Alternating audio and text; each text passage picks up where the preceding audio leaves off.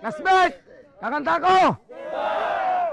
Hey yo, here we go again, baby!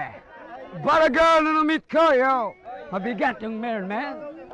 Atat na ba kayo marinig? Sigurado kayo, Mirador? Alright, here we go. Na may na-meet akong sanggirly na American resident. Taga ron sa Orange Country pero dito siya sa Brent. Na-meet ko sa Mimosa, anak ng ambassador. Only girl ang cheka, baby, ang negosyo door to door. Sumenya siya sa guy, humingi ng calling card. At ang sabi niya siya daw ay sa Andrew Iday Hart. So sa likod ng calling card, doon siya nagpasign. At syempre pirmahan ko rin daw ang kanyang dihay. Pinarali musik at ako'y pinabili.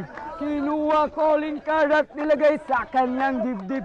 Sabi ko, baby, what's your name? Sabi ko, oh, I'm Olive. Sabi nga, baby, what's your game? Sabi niya, all the way, baby.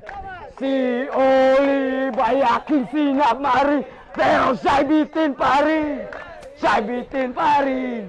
Gusto niyang lagyan ng margarin para aking lasapi. Aking lasapi. Tinawagan ko 9141 GLOBE. Magnosudes. It's the place to be. Pintuan ako ay nag-isip kung anong ma-achieve. Ang mami nasa Germany at ang daddy ay Olive.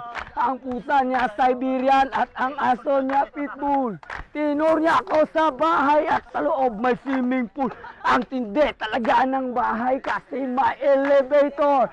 Ang sabi niya, ang putay nasa second floor. So sa kwarto pinakita niya koleksyon ng Andrew songs.